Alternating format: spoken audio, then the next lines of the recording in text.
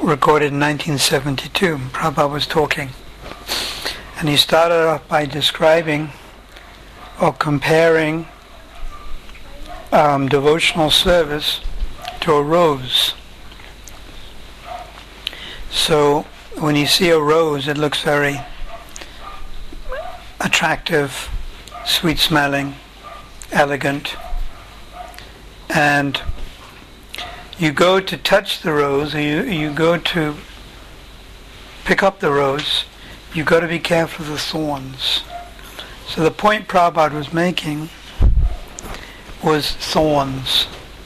So in the practice of devotional service, one has to be very careful that one doesn't prick oneself.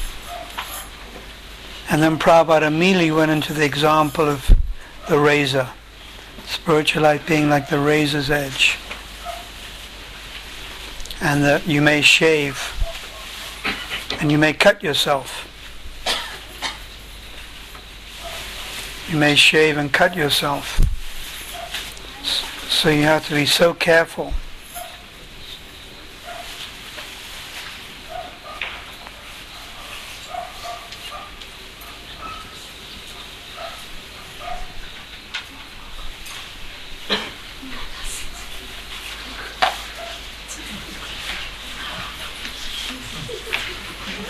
You're both the same age.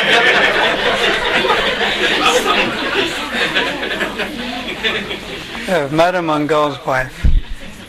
Come on, there's only about 2 years difference in your ages. Go.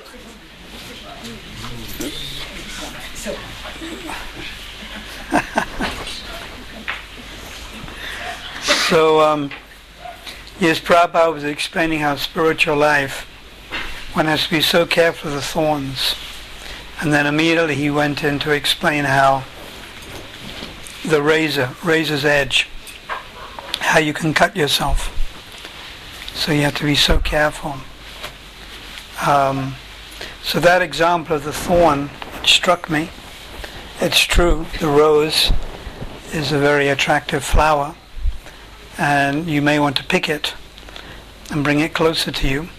So that rose represents bhakti, Krishna's lotus feet. You want to bring Krishna's lotus feet nearer to you, but you got to be careful that you don't get pricked by the thorns, and the thorns are offenses. So, especially Vaishnava aparad, one has to be so careful. I wanted to read a story from this. This is very nice. Probably never heard this one before.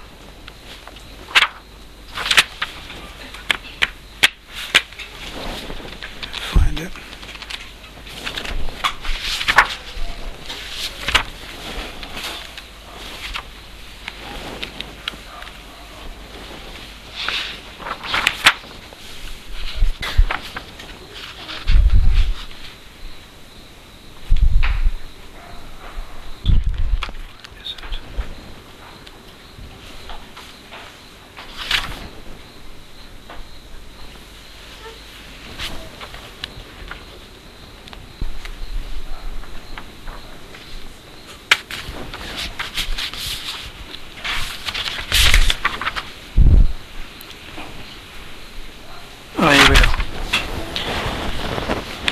Occidenta, written by Gaur Govinda Maharaj's disciples.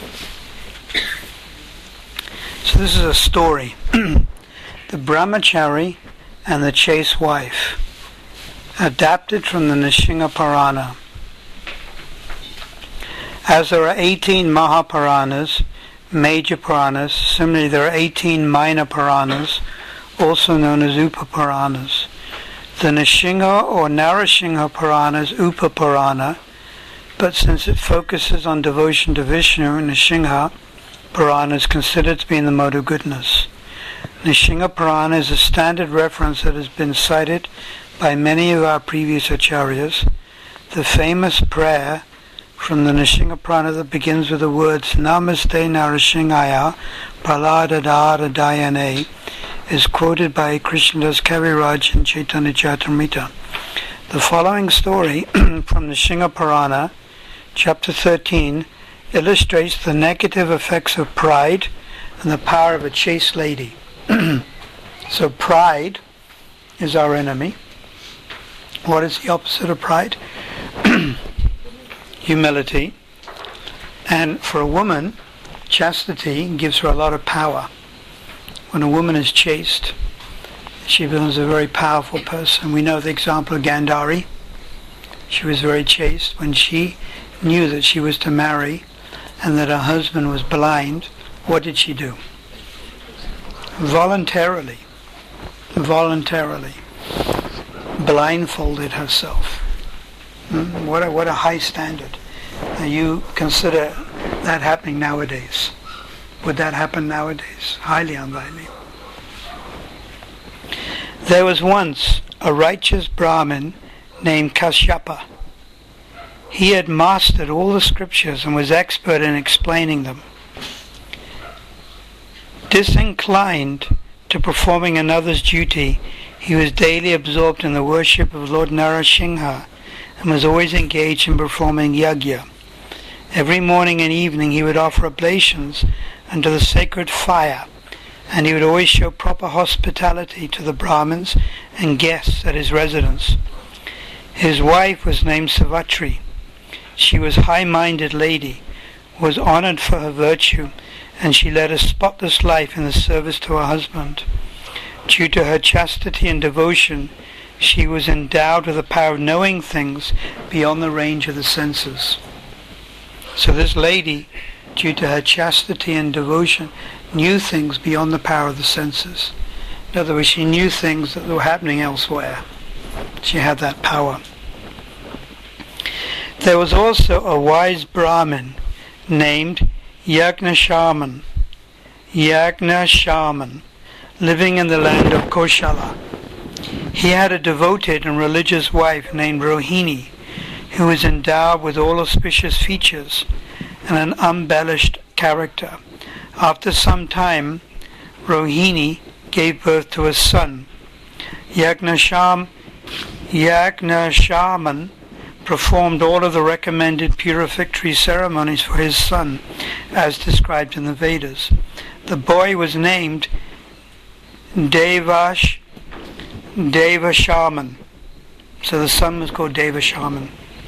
When he was 8 years old, his father performed his sacred thread ceremony and engaged him in the study of the Vedas. After Deva Shaman had mastered the Vedas, his father died.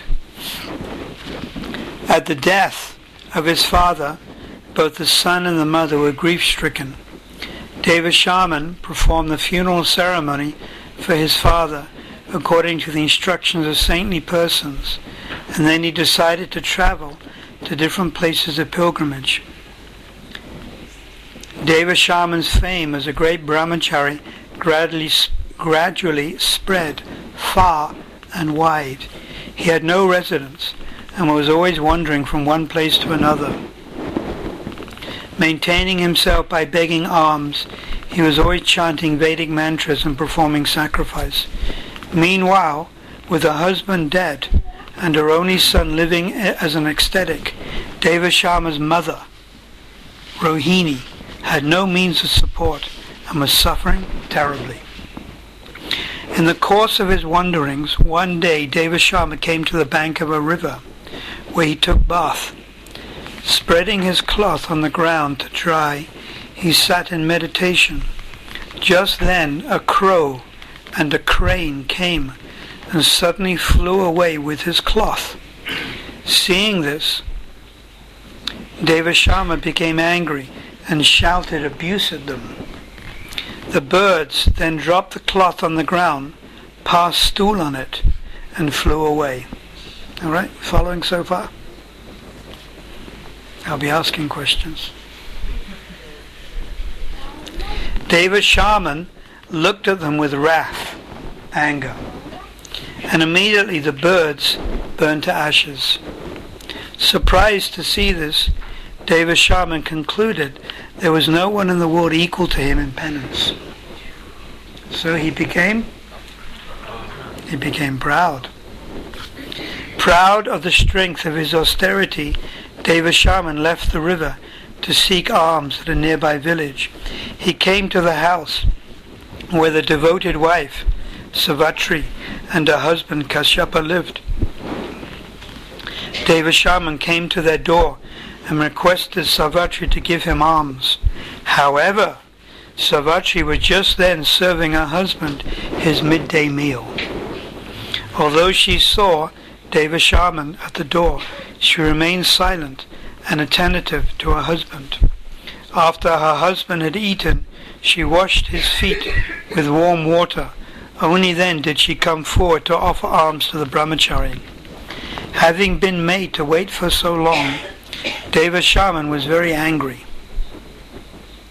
He glanced at the devoted housewife again and again with red-hot eyes. Seeing his conduct, Sarathi laughed and said, "O furious sage, I am not the crow or the crane that fell down dead on the bank of the river by the strength of your anger. If you want to accept alms from me, you'll have to behave properly."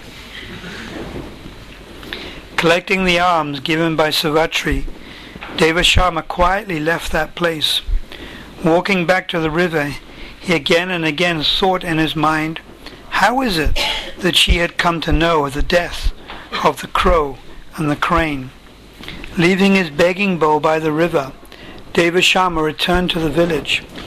After the devoted Sarathi had finished her meal and her husband had gone out, the brahmachari came to her residence and said, "O blessed woman, please tell me how you acquired the mystic power of knowing things beyond the senses." That virtuous and devoted woman, Sarathi, replied, "O Brahmin, please listen attentively to the answer to this question. The mystic power that I possess is the result of careful and constant observance of the prescribed duties of a chaste wife. Service to one's husband is the established duty of a woman. O high-minded one, I have always followed that duty. Indeed, I know nothing else. I have acquired this power because day and night, without questioning, I give complete satisfaction to my husband, waiting upon him with love and devotion." Of course, the husband was worthy of so much love and devotion. Right? But in Chaitanya Charitamrita, we have another story of Sarvabhauma Bhattacharya inviting Lord Chaitanya to take prasad. And Sarvabhauma Bhattacharya had a daughter who was married to someone called Amoga. And this Amoga was a fault finder. He always used to criticize. So Sarvabhauma Bhattacharya was worried that he would come and criticize Lord Chaitanya while Gauranga Mahaprabhu was taking prasad in his house. So Sarvabhauma Bhattacharya very carefully stood at the door with a stick in his hand. And then his wife served wonderful prasad to Mahaprabhu. But Sarvabhauma Bhattacharya, while looking the other way, what happened? Amoga sneaked up. And he looked, and then sure enough, because Amoga's nature is to criticize, what did Amoga say? "Ha! Look at that! That's enough food to feed 10 people." In other words, he criticized. Sarvabhauma Bhattacharya became so angry and ran after him with a stick in his hand. But Amoga was younger, so he could run faster. Lord Chaitanya laughed at the whole incident. So Lord Chaitanya didn't take it seriously. But Sarvabhauma Bhattacharya took it very, very seriously. And he started to condemn himself. And he said, "I've invited Mahaprabhu to my house just to be criticized." And then Sarvabhauma and his wife, they started to say, "Let Amoga immediately die." let him die. And Sarvabhauma Bhattacharya then said, actually I should kill myself, because I have heard blasphemy of the Lord. But I'm a Brahmin, and you can't kill, it's irreligious to kill a Brahmin. And I should kill Amoga. But Amoga also, he is born in Brahmin family, so I cannot kill him. So what shall I do? I will fast to death. Sarvabhauma Bhattacharya, he started fasting to death. And then Prabhupada writes in the purport there that Amoga, the husband of Sati was Sarvabhauma Bhattacharya's daughter. This Amoga was a fault finder. So although he was a husband, he was against Mahaprabhu. Therefore he should be rejected. And Prabhupada writes very clearly, if the husband is against, he can be rejected. Prabhupada very clearly writes in that purport. If the husband is against, then he can be rejected. If the wife is against, she can be rejected. If the parents are against, they can be rejected. And this is the proof. So as it happened, as the story continues, Sarvabhauma Bhattacharya was fasting, lamenting, cursing himself, and then Amoga came down with disease. What disease did he get? Leprosy, which is quite a general disease when you start fiddling around and offending Vaishnavas. Leprosy. It's a standard reaction you get when you actually engage in heinous offenses. Leprosy. So Amoga was dying from leprosy. And Chaitanya Mahaprabhu came to the house and saw he was dying. And then Chaitanya Mahaprabhu put his hand on the heart of Amoga and said, the heart is supposed to be a clean place. And into the heart you invite the Supreme Lord. How have you allowed dirt like envy and anger to come into your heart? So simply by putting his hand on the chest of Amoga, he purified Amoga. And Amoga received Sudasattva, Vladini and Samvit. And he came to Bhava Bhakti. And he became a pure devotee of Mahaprabhu. And materially and spiritually he was cured of his disease. Materially he had the disease leprosy. And spiritually, which was even worse, he was envious. So both diseases were cured. And he started dancing in ecstasy. And then Amoga, he started hitting his mouth. Why he started hitting his mouth? Because this is the thing that offended Mahaprabhu. So he started striking his mouth and hitting his mouth, because it was his mouth that offended. It was the mouth that opened and some words came out. So Savatri, her husband Kashyapa, was a great soul. So she was devoted to him. So in this particular relationship, the husband is like the guru, and the wife is like the disciple. And the disciple is serving the guru. So that's the type of relationship we see here. Guru-disciple relationship. So the disciple, Savatri, served her husband, the guru, with so much selfless service, so much chastity, so much dedication, that she got some special Shakti. And what was that Shakti? She could tell what was going to go on in the future beyond sense perception. She could understand what was happening elsewhere. Like Sanjay. You know Sanjay? He related this battlefield of Kurukshetra to Dhritarashtra, although he wasn't there. This is a byproduct of devotion. One time Srila Gaurkishore Das Babaji Maharaj, he was in Mayapur and he was doing bhajan, chanting. And then quickly he shouted, there's some goats. They're eating the tulsi bush. at Raghunath Das Goswami's Samadhi. Quickly, shoo them away. And he grabbed a stick as if to shoo them away. Now Das Goswami's Samadhi is at Radhakund. Radhakund is in Vrindavan. Vrindavan is 24 hours on a train from Mayapur. 2 weeks to walk. 1,000 kilometers away. How did he know that? So by telegram, they inquired and they found out, sure enough, some goats were eating tulsi bush at Das Goswami Samadhi, Raghunath Das Goswami Samadhi. So Gokishore Das Babiji Maharaj, he had also these types of powers. They're all byproducts of bhakti. Just like when Prabhupada went to America, he was sitting in a park before the International Society for Krishna Consciousness had been created. He was sitting in a park, and some man came and sat next to him and started talking to him. And Prabhupada said, yes, we have temples everywhere.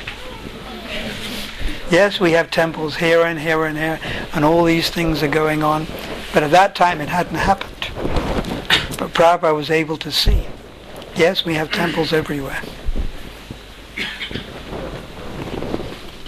So Savatri said, I have acquired this power because day and night, without questioning, I've given complete satisfaction to my husband, waiting upon him with love and devotion. Bhakti. If you are interested to listen, I will tell you something else. Savatri said, your father was a Brahmin who lived on alms. You took lessons from him on the Vedas. When he died, you performed his funeral ceremony. Then, ignoring your aged and widowed mother, you came here. That poor wretched woman is now without any support, while your sole interest is only to feed yourself. Your mother bore you in her womb. After you were born, she nurtured you and brought you up with love and affection. She did everything for you, including cleaning your stool. You have deserted her and have been practicing austerities in the forest. Oh, Brahmin, aren't you ashamed? What do you hope to gain by wandering about in the forest? Because of the suffering of your mother, a bad odor is coming from your mouth. Whatever strength and power you have is only due to your father, who performed various samskaras in your life. Oh, evil-minded sinner! Just recently, for no reason, you burnt to death 2 innocent birds. As a result of this, all of your sacred baths, your visit to different holy places, and all your meditation and sacrifices have been in vain. This is a woman speaking. She's correct, but it's a woman speaking. O Brahmin, that person who sees their mother in a poor and wretched condition lives in vain, whereas he who is full of regard for his mother and always protects her with devotion gets all rewards in this world and thereafter. You should immediately go to your mother and save her life. Her protection is your highest penance. Give up your anger, for it destroys all merit accumulated in this world and in the next. You should atone for the sin of killing those birds, O Brahmachari. What I have spoken to you is correct. If you are interested in the ultimate happiness, you should follow my advice. Having thus advised the son of the Brahmin, the devoted wife fell silent. So, again, you might think, well, I'm not so much devoted to my mother. So the example is given in Chaitanya Charitamrita. Everything is in Gaur Leela. We have Raghunath Bhatta Goswami and Raghunath Das Goswami. Now Raghunath Das Goswami, he had father and uncle, Hiranya and Govardhan. Hiranya was the elder brother, Govardhan was the father, and he had mother. But he abandoned his parents. He actually tried to run away from his parents. And many times his parents caught him and dragged him back. At one point they had 11 people guarding him. 2 servants, 2 cooks, so many guards, and he used to try to run away, and they would chase after him and bring him back. Finally, when Raghunath Das Goswami managed to escape, after many years, he went to Jagannath Puri, and Lord Chaitanya Mahaprabhu said, Krishna has been very kind to you. He has saved you from drowning in a great ditch of stool. In other words, Lord Chaitanya, Krishna has been very kind to you that you've escaped the ditch of material enjoyment, the so-called material affection of your parents. He was married to a very beautiful wife. So Lord Chaitanya congratulated him. Congratulations, you've escaped. You've left your parents. Great. His parents are very wealthy. His father was securing 2 million gold coins every year. He was a tax collector. Very, very wealthy indeed. And they're described not as Vaishnavas, but Vaishnav Praya. What's Vaishnav Praya? Almost Vaishnavas. Praya means almost. Or Bhaktivinoda Thakur explains Kanishta Adhikaris. Kanishta Adhikari is a Vaishnav Praya, not a Vaishnav. Kanishta is not a Vaishnav, almost a Vaishnav, on the threshold of bhakti. Bhaktivinoda Thakur gives these descriptions in Jaiva-dhamma. So they were very pious, but they were Sakama bhaktas. What's Sakama? Sakama, material desires. Akama means desireless. Yes, so they were Sakama bhaktas. Praya Vaishnavas, Vaishnava Bas, Kanishta Adhikaris, almost, but not quite. But now, Raghunath Bhatta Goswami, his father was Tapan Mishra. His father lived in Kasi, Benares.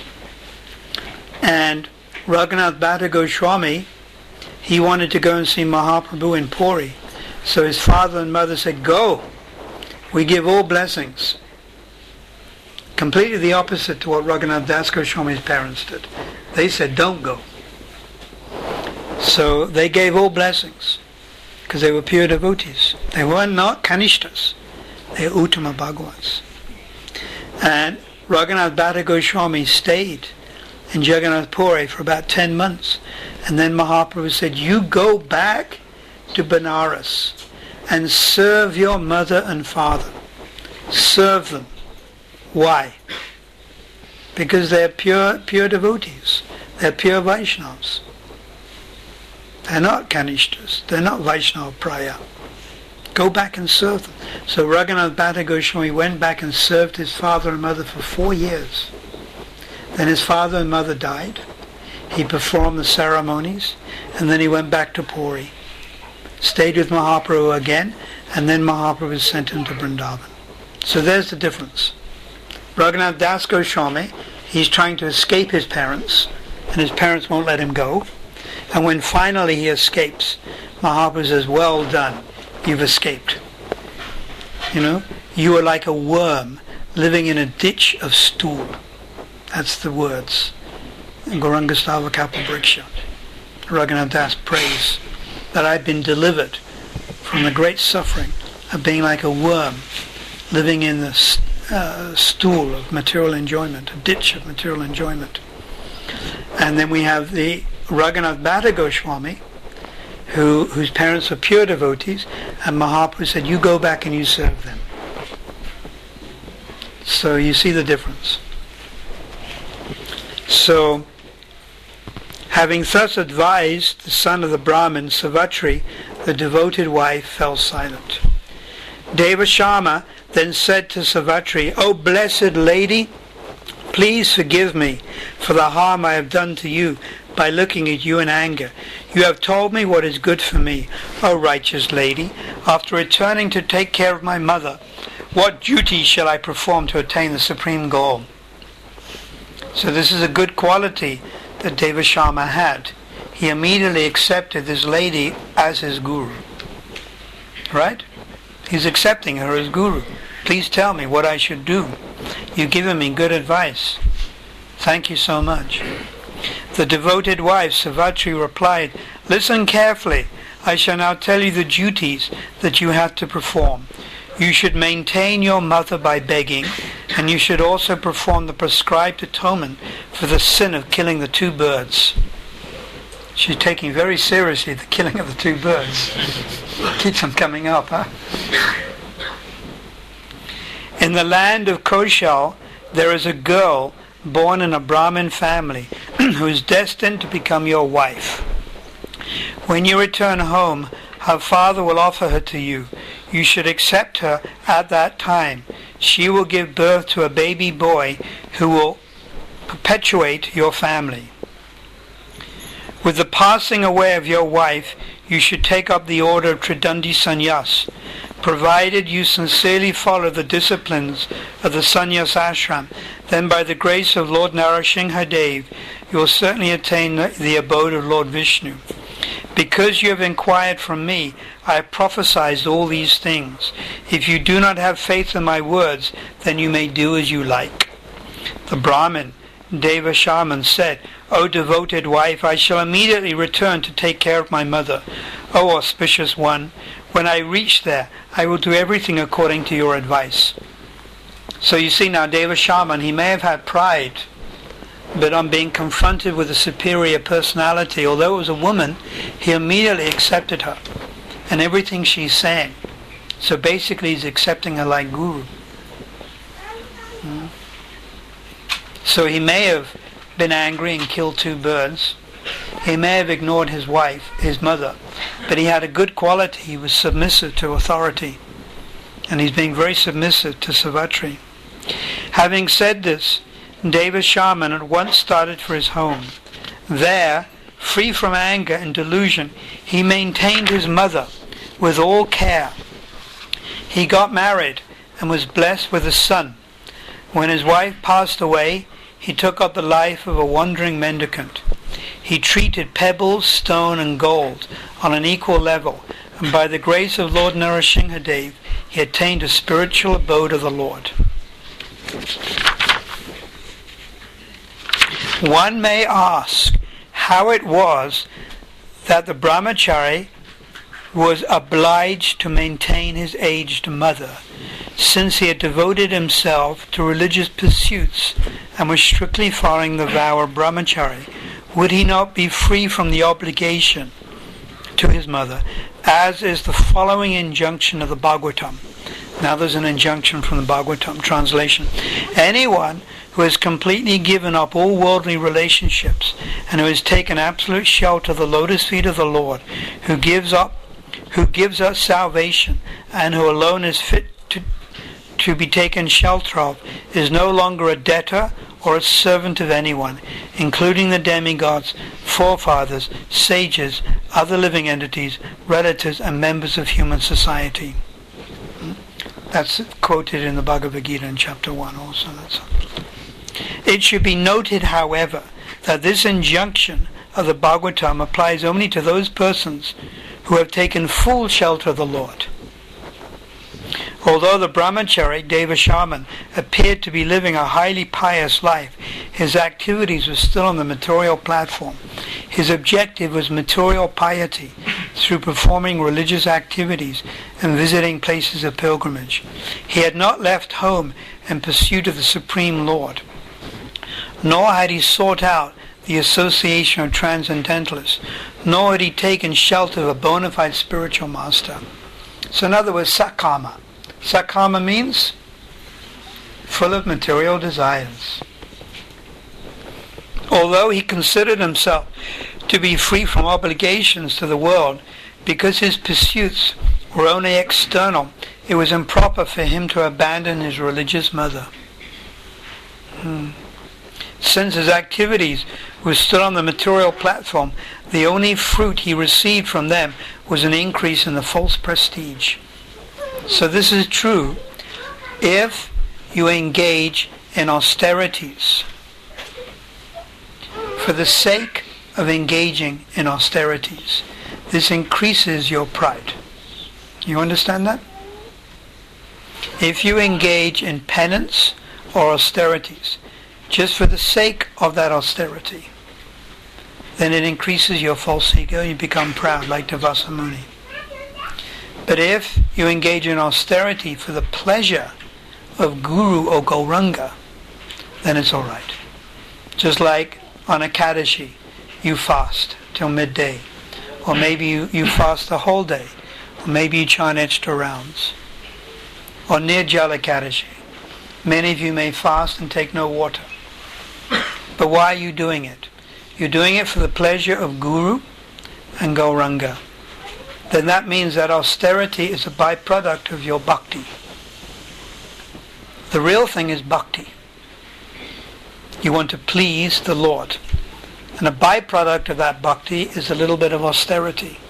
But just to engage in austerity for the sake of it increases your false ego.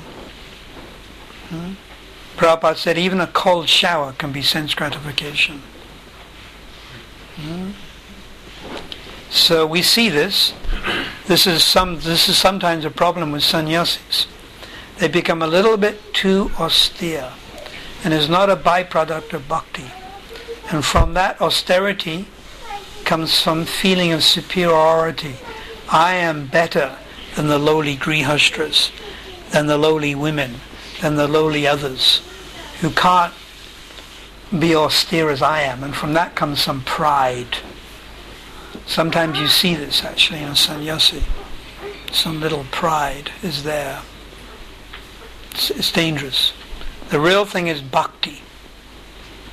And if we engage in austerity, that's a byproduct of the bhakti. I'll give you an example.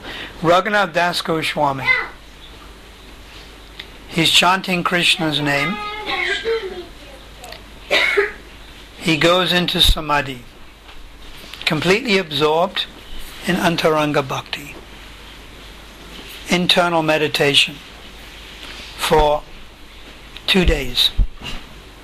For 2 days he doesn't eat, drink water, or anything. So is that austerity? That's austere, but that's a byproduct of the bhakti. It's the bhakti that counts. You see? So we place more emphasis on bhakti. A little bit of austerity is all right in the beginning stage. Force yourself to get up a little early. A little bit of austerity is healthy in the beginning stage. But when you become more advanced, then it's the bhakti itself which has to carry you. And you can't rely on karma, jnana, tapa, austerity, or any of these other things. They all become like contaminations. So this pride, since this Brahman's activities were on the material platform, the only fruit he received from them was an increase in pride. This pride developed into anger, which then impelled him to kill the two birds. Anger. You work on a short fuse. Deva Shaman had some faith in pious religious activities. Thus he had karma adhikari, or qualification for acting according to the Vedic system of religiosity. But he did not have faith in surrendering to the Lord. Thus he was devoid of bhakti, or qualification for performing Krishna bhakti. If those performing karma adhikari do not follow the principles of varnashrama dharma, then they become implicated in sin. For this reason, the chaste and omniscient housewife advised him to return home. Krishna has instructed Uddhava, as long as one is not detached from fruit of activity and material enjoyment, and as long as one has no faith and devotion to Krishna, beginning with the process of hearing and chanting his glories, one has to act according to the religious principles of varnashrama dharma. So there's three things. Exploitation, renunciation, and dedication.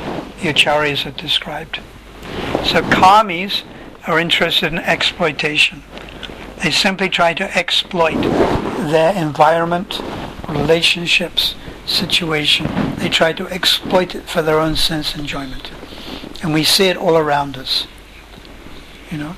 That the main motivation behind anybody doing anything is, what will I get out of it? What enjoyment will I get out of it? Am I correct?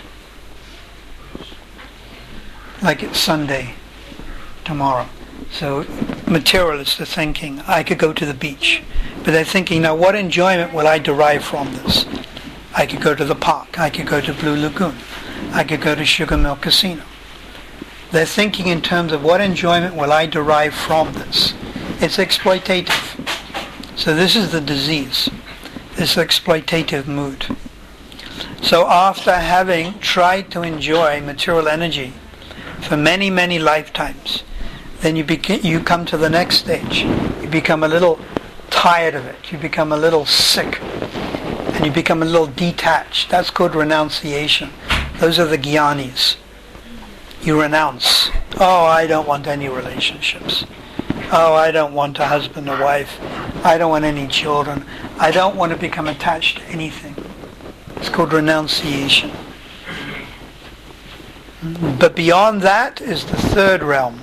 And the third realm is the realm of dedication.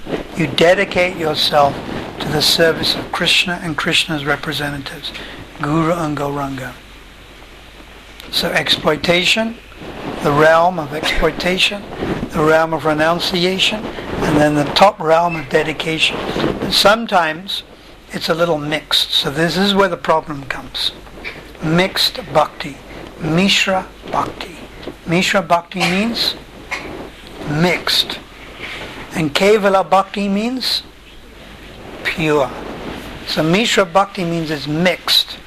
You accept Krishna as God, but you also have a little bit of an exploitative mood. So where will you end up? On Indraloka, on the higher planets, some demigod. You accept Krishna as God. Govinda Mari Purusham Tamaham Ajami. You accept Govinda as Supreme Lord, but you also want to control. So who do you end up as? Lord Brahma. And you're in charge of a universe. Or the temple president. I think being Lord Brahma is easier than being a temple president, that is the truth. Temple president, in charge of a temple, my lord. Rather I take Brahmaloka. Prabhupada said this. It's easier to control a kingdom in the previous ages than to bring up a family in this present Kali Yuga. Just bringing up a family is so hard. So this exploitative mood we want to get rid of. This is the disease. And even in bhakti, it is there. Like the holy name, one may have an exploitative approach to the holy name. I am now going to enjoy the holy name. This is exploitative mood. This is not correct. I am the servant of the holy name. I'm now going to enjoy a kirtan. No, this is the wrong mood. I am the servant of the holy name. How can I serve?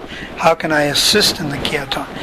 What can I do to offer my service to the kirtan? I'm now going to enjoy my devotional service.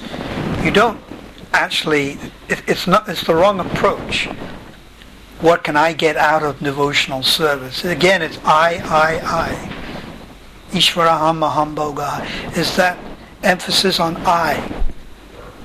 So this exploitative mood, we've got to try to get rid of.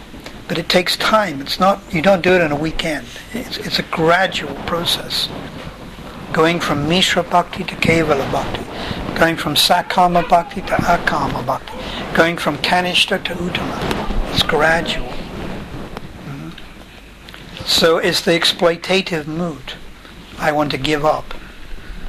The disciple may have an exploitative mood with the guru. How can I enjoy the guru?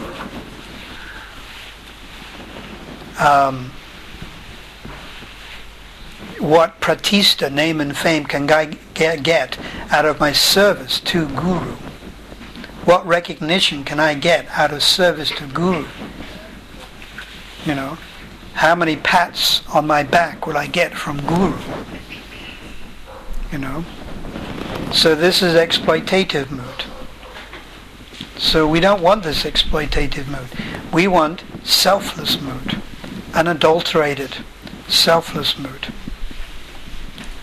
Simply giving.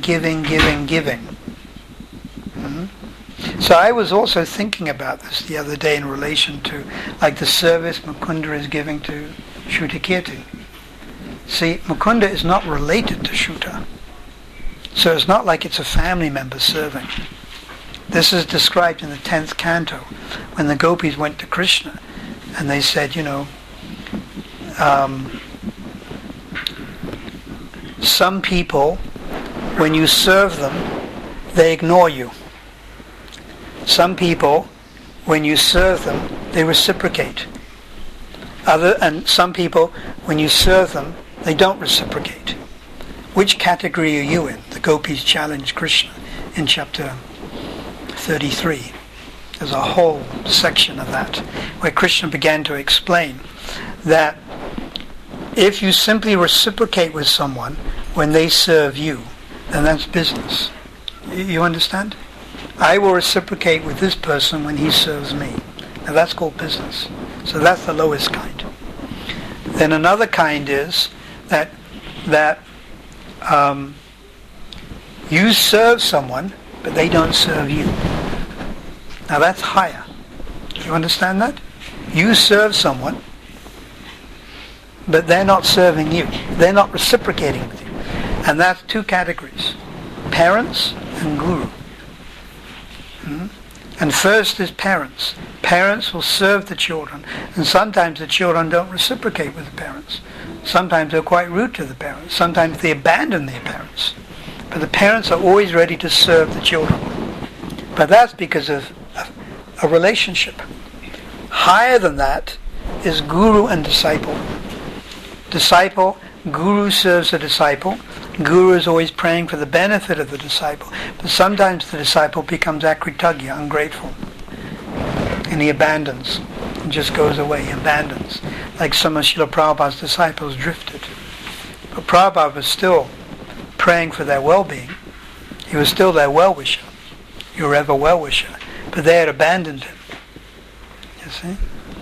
So I was thinking also in the case of, Mukunda is quite nice. He doesn't have a type of spiritual relationship in the sense that it's the guru serving a disciple and helping at the last moment, and it's not really a family type relationship. So it's much more in line with a type of mode of like selfless service. So it's very nice. I was thinking about that the other day. So yes, we want to give up this exploitative mood. And it's a gradual thing, but we want to move away from it. The exploitative mood is the disease. What can I get out of this relationship? What can I get out of this service? Even when we do so-called devotional, it's not really devotional service. Devotional service, bhakti starts, is selfless. But it's bhakti abas. It looks like bhakti. I'm doing the arti because it's prestigious. People can see me. It's Janmashtami, and there's 2,000 people outside, and they're looking at me. So I'm going to make sure I'm there really smart, and I'm going to have my nails done really nicely. And I'm going to turn the incense so nicely, and when I turn around, 2,000 people are going to look at me, and they'll take the pictures of me. Now, sometimes that's a little bit thrown in there with the arti. It may be 90% service to Krishna, 10% me. It can be like that. And service to Guru also. I must have recognition from my Guru. If I don't have recognition, if he doesn't pat me on the back, then I'm not going to feel happy. I'm not going to play. I'm not going to continue. I have to be reciprocated with. But selfless service is where you offer service to the object of your affection, Krishna, Guru, Gauranga, and you don't expect anything in return. You understand this? You don't expect anything in return. And this is the example of the Brajbasis. But also in our ISKCON movement. ISKCON movement is a practicing ground. We're practicing for up there. So these things will go on here. Sometimes we'll do service and we just don't get recognized for that service that we've done. So all right, we shouldn't put conditions on our service. Our service should be without conditions, conditionless. So we should try to move in that direction. So pride is very dangerous. There's another nice story also.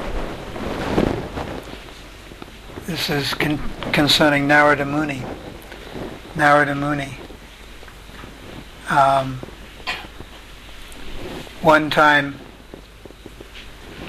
lust personified came to Cupid. Cupid came to try to tempt Narada Muni. So Narada Muni was meditating, and Cupid sent some denizens from heaven, some apsaras, very beautiful heavenly nymphs. And when Narada Muni saw them, he laughed. He said, "What are you trying to do, Cupid? You're trying to tempt me?" And he laughed.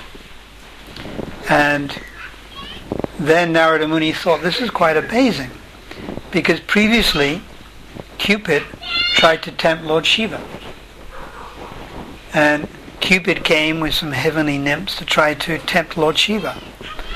And when Lord Shiva saw the nymphs, when he saw the apsaras, he became a little bit angry. He looked at them, and simply by the gaze of his eyes, they were burnt to death. So actually Lord Shiva became angry, but I didn't become angry. I simply laughed.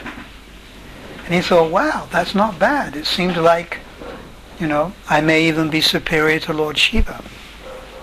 So when this happened, some thorns started coming in the heart of Narada Muni. What does that mean, thorns? Contamination, something nasty. So then Narada Muni, he went to his father, Lord Brahma, and he told Lord Brahma about this incident. And Lord Brahma said, "My dear son, you shouldn't speak like this. You become proud. Don't speak like this. This is not correct. Pride comes before a fall down. Don't become proud. Be careful." But Narada Muni said, no. This is all right. Don't worry. I cannot be tempted by the opposite sex. So then Narada Muni, he went to Vishnu, Narayan, and he told Lord Narayan the same thing. And Narayan also said, "You're becoming a little proud. You must be careful. It's so easy to become proud."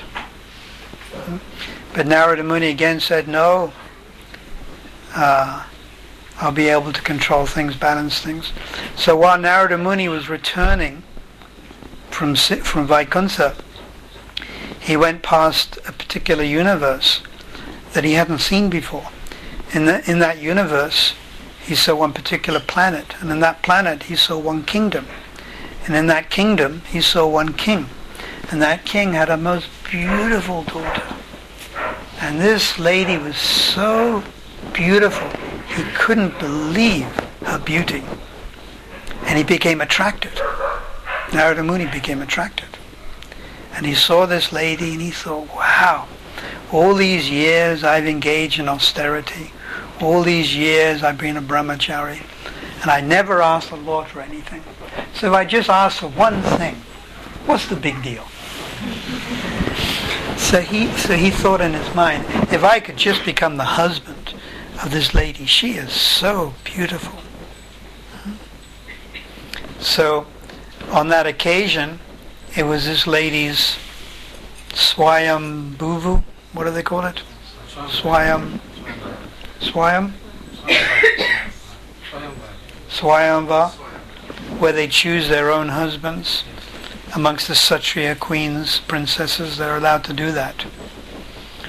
So Narada Muni thought that obviously, if I become one of the applicants, then I may get chosen. So Narada Muni, he said, "My dear Lord Narayan, I worshipped you my whole life. I've been a nice sticky brahmachari. I've never asked you for anything. Please, please, make my face very beautiful. Make me very attractive. Please make me very attractive." He prayed like that. "Please make me very attractive." So then Narada Muni stood in line. And there all the princes and the kings were in line. And this very beautiful princess, she walked and she has a garland. And she puts the garland on the neck of the person she wants to marry. So she's walking and she's looking at this prince. And then she looks at this prince. And then she looks at this prince. And there's Narada Muni. And then quickly she goes to his right-hand side. And Narada Muni goes, "What? She didn't put the garland on me?" And so quickly she went past me. And she didn't even look at me. So Narada Muni thought maybe she didn't see me properly. So he quickly, he went to the other side of the queue so that she would see him again. Like a queue, and queue up for prasadam or something. So again, she completely ignored him. She completely ignored him. So Narada Muni became a little flustered. He became a little disturbed. He became a little angry. And then the two people, the one man on one side, the other man on the other side, they looked at him and they both giggled. And they said, "Well, it's not really surprising she wouldn't have chosen you, because, you have a face like a monkey." "You have a face like a monkey." And Narada Muni went, "What? What?" And these two men started laughing at him. So then he went to the mirror and he looked in the mirror and he saw, I got the face of a monkey. So he had the face of a monkey. And he saw, that Lord Narayan, I prayed to him and he tricked me. He's given me I asked him for a most beautiful face and he gave me the face of a monkey. I'm going to get that Narayan. So then he went to Vaikuntha and he went to see Lord Narayan. And he was angry. And he said, "You gave me I prayed to you and you gave me the face of a monkey? For doing that, I curse you that you'll be separated from your wife for so many years." And those two people that laughed at me because I had the face of a monkey, I curse them that they become monkeys in Ram Leela. They became monkeys in Ram Leela. And then Yogamaya removed her potency from Narada Muni. Narada Muni was being bewildered by Yogamaya, not Mahamaya. And then immediately he realized, what have I just said? This is my worshipful Lord. And that lady I was attracted towards, that was Lakshmi, the eternal consort of the Lord. And then immediately he, with profuse prayers, he offered his obeisances to the lotus feet of Lord Narayan. And he was very apologetic. Then he realized that this was an arrangement of Lord Narayan to cure his pride. Simply, it was an arrangement or pastime of the Lord to cure his pride. That's all it was. And it was by Yogamaya's potency, not by Mahamaya's potency, that he cursed the Lord. So pride can come to great personalities. One has to be so careful what to speak of us. We're small-timers. Very much small-timers. Devasa Muni can become a little bit proud if Narada Muni, who's our own spiritual master, of course that's under the influence of Yogamaya, so that was a little difference. But Devasa Muni, that was Mahamaya. When Devasa Muni became angry towards Ambarish at that time, he wasn't following the path of bhakti, he was following the path of mysticism. It was only after that he became a bhakta, and he realized the potency of bhakti. And then the pastimes of the gopis, Devasumuni, all that took place later. But at that point, he was still following the path of mysticism. So Lord Chaitanya is very kind. He will help all of us. And he'll put us through different trials, different tribulations, klesha, different tests. So right now, of course, he's doing this for Shrutikirti Prabhu. He's going through his test, and he's passing it. He's passing it nicely. I asked him, I'm always inquiring, who are you thinking of? Srila Prabhupada, Lord Chaitanya, Lord Nityananda? You're thinking of Mayapur? You're thinking of Vrindavan? I'm always inquisitive. He said, more Mayapur, more Gaur Leela. And Prabhupada says that Lord Krishna is not as merciful as Lord Chaitanya. So Lord Chaitanya is the most merciful without doubt. Aulduya, Varadanya, Adbhuta. Adbhuta. Astonishing mercy Mahaprabhu has. So Lord Chaitanya will look after Shruta. Give him all. He'll give him the strength to overcome the bodily concept of life. He's not in the bodily concept of life as it is. He's not lamenting. His intelligence is I've seen other people at the time of death, specifically my grandmother, and she didn't know what was going on because she was 103. Shruta is 41. But his intelligence is very much sagacious. It's very sober. He's very sober. So he understands what is happening. We can also pray for this, that in times of difficulty, times of distress, we see things philosophically. We don't see things emotionally. And the tendency to see things emotionally, when you see things emotionally, it means you're seeing things on the basis of the mind. And what is the nature of the mind? The Suchitina Kanchati. It accepts and it rejects. Sometimes the mind is peaceful, sometimes it's not peaceful. Sometimes it's happy, sometimes it's in distress.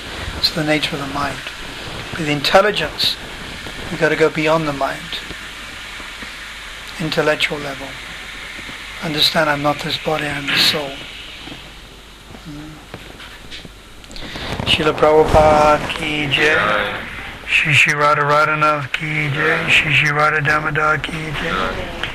Shrutikirti Prabhu ki jai. Gau Premanandi. Does anyone have any questions?